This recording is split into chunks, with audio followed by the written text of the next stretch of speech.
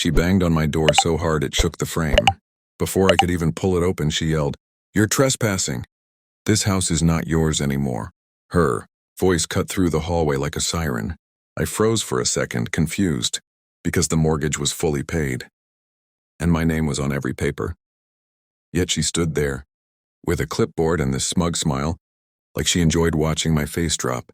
I stepped outside slowly, trying to understand what game she was playing. She waved a bright red paper in front of me. "This is an official HOA transfer notice," she said. "I sold your home this morning. You need to leave now." She said it like she expected me to cry, like she'd been waiting for this moment for a long time. My stomach twisted. Sold my home? Without me even knowing? She tried to shove the paper into my hand, but I didn't touch it. Something about it looked wrong. Too cheap, too rushed. The kind of print job you get from a broken office printer. When I didn't take it, she leaned closer like she owned the oxygen I was breathing. "Don't make me call enforcement," she whispered. I almost laughed, but the way her eyes narrowed made my skin crawl. She wasn't bluffing. She truly believed she had power over me. Or maybe she thought I was weak enough to break. I kept my voice steady. "You can't sell a home you don't own." She smiled wider. "You'd be surprised what I can do." Then she pulled out her phone and said loudly, "He's refusing to vacate. Send them now." She made sure the whole street could hear. Neighbors peeked from their windows. Someone across the road started recording. She wanted an audience. She wanted humiliation. I crossed my arms and waited, heart pounding, because she had no idea who she was calling enforcement on. She didn't know what I did before moving here. She didn't know what training I had. She didn't know the one thing that would destroy her little operation the moment she pushed too far. But she kept going. A white SUV pulled up fast, too fast to be normal, and two men got out wearing matching black windbreakers with no badges. No names, nothing official. Karen walked toward them like she was leading a parade. "Remove him," she ordered. "He's on private property now." One of the men stepped toward me, reached for his cuffs, then paused, almost like he regretted being part of this. "Sir," he said quietly, "just come with us. It'll be easier." People watching held their breath. Karen folded her arms like she'd already won. I lifted my phone, pressed one button, and a tiny green light blinked. The man closest to me stiffened. He recognized it instantly. His partner did too. Their faces changed fast. Karen noticed. "What are you doing?" "Arrest him." But neither man moved. They looked at me like they were seeing something. Karen didn't. Something she should have known before dragging them into this.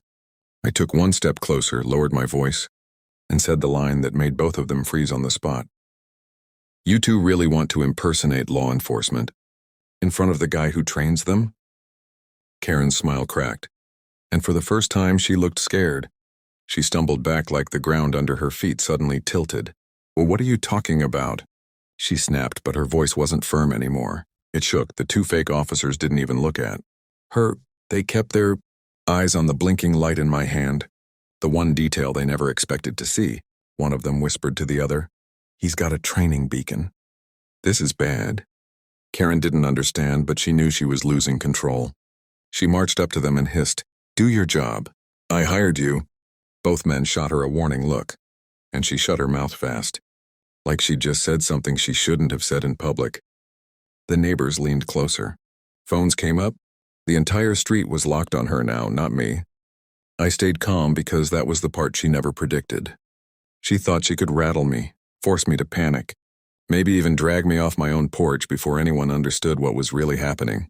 She had no idea I spent 8 years training tactical units, real ones, not whatever security crew she scraped together. She didn't know that once the beacon started blinking, everything she built around her fake power would collapse. The taller man looked miserable. "Ma'am, we need to leave." "No!" Karen barked. "He's lying. He's pretending. You're not going anywhere. I paid you." Her sentence got swallowed by the sound of a real patrol car rolling around the corner. Blue lights flashed across the houses, and suddenly her bravado melted. She tried smoothing her hair, fixing her jacket, acting like she was the victim here. "Perfect timing," she said loudly, even though it was clear she was panicking. "Officer, arrest him. He's a squatter. He broke into this house after I sold it." My heart sank for a second because this was the kind of lie that ruins lives. One wrong cop, one quick misunderstanding, and she would get exactly what she wanted. But the officer stepping out of the patrol car wasn't just any cop. It was Diaz. He paused when he saw me, his hand still on the door. "You?" he said, surprised. Then he saw the two fake officers and his face darkened like a storm rolling in. "Who are they?" Karen practically ran to him. "Finally. Please arrest this man. He's refusing to leave my property. And these are my enforcement officers, so listen to them." Diaz held up a hand. "Karen, step back." She froze, shocked that someone dared to talk to her that way. "Excuse me?" "I said step back," he repeated, his voice flat and cold. She looked around at the neighbors, embarrassed, but obeyed. She moved behind Diaz, trying to act calm. But she kept glancing at me like she still believed she would win somehow. Diaz turned to the two fake enforcers. "Badges." They didn't answer. "Names?" Silence. Karen jumped in. "Why are you questioning them?" "They work for the HOA. They're here because he—" "There is no HOA," Diaz said without looking at her. Every phone in the neighborhood went up at once. Karen blinked fast like the world stopped making sense. "What do you mean there's no HOA?" Diaz finally looked at her like he'd been waiting to say this for months. "The state dissolved it 8 years ago. You've been issuing fake notices, fake fines, and now, fake property transfers?" Her face drained of color. I wasn't, this is a misunderstanding," she stuttered. But her eyes darted around, searching for a way out, a door, a shadow, anything. The taller fake officer whispered, "We're done." And both men backed away from her like she carried a contagious disease.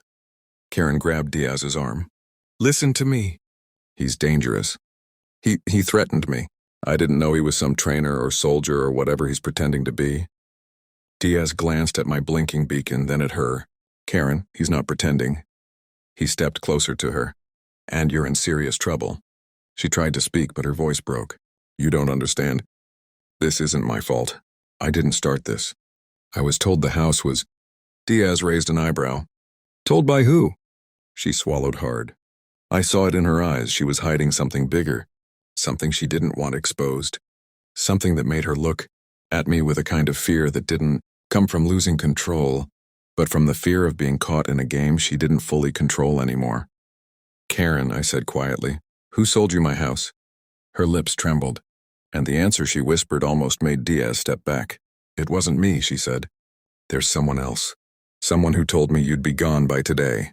The street went silent, and I felt a cold weight settle in my stomach, because someone out there had planned this long before Karen knocked on my door.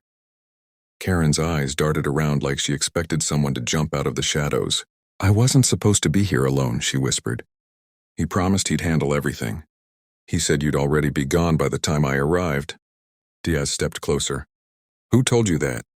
She backed away, shaking her head, like saying the name out loud might pull that person straight onto the street. "I can't. He said he'd ruin me if I talked." Her voice cracked. "He said he owns this block." That sentence hit everyone harder than the fake cops, fake HOA, or fake sale. Even Diaz looked stunned. "Nobody owns this block," he said. "This is public housing. No private company controls it." But I saw it in her eyes. Someone did control something, and she was terrified of him. I took a slow breath. "Karen, the fake notices, the scare tactics, you didn't create this, did you?" She shook her head fast. "He told me if I did what he said, he'd forgive the debt I owed. I thought it was just fees. I didn't know he was—" She stopped. And then it happened. A black sedan turned the corner, moving too slowly, too smoothly. Karen saw it and stumbled backward like she'd seen a ghost, the neighbors murmured. Diaz's hand went straight to his holster. The window rolled down. A man in a suit stared at us, smiling an empty smile. "Karen," he said softly, "you talk too much." She froze. The whole street froze. He looked at me next. "I warned you to leave quietly," he said. "I needed your house. You weren't supposed to make this noisy." My blood ran cold. "Why my house?" His smile widened. "Because there's something underneath it." Diaz stepped forward. "Step out of the car now." The man didn't move. He just tapped his fingers on the door.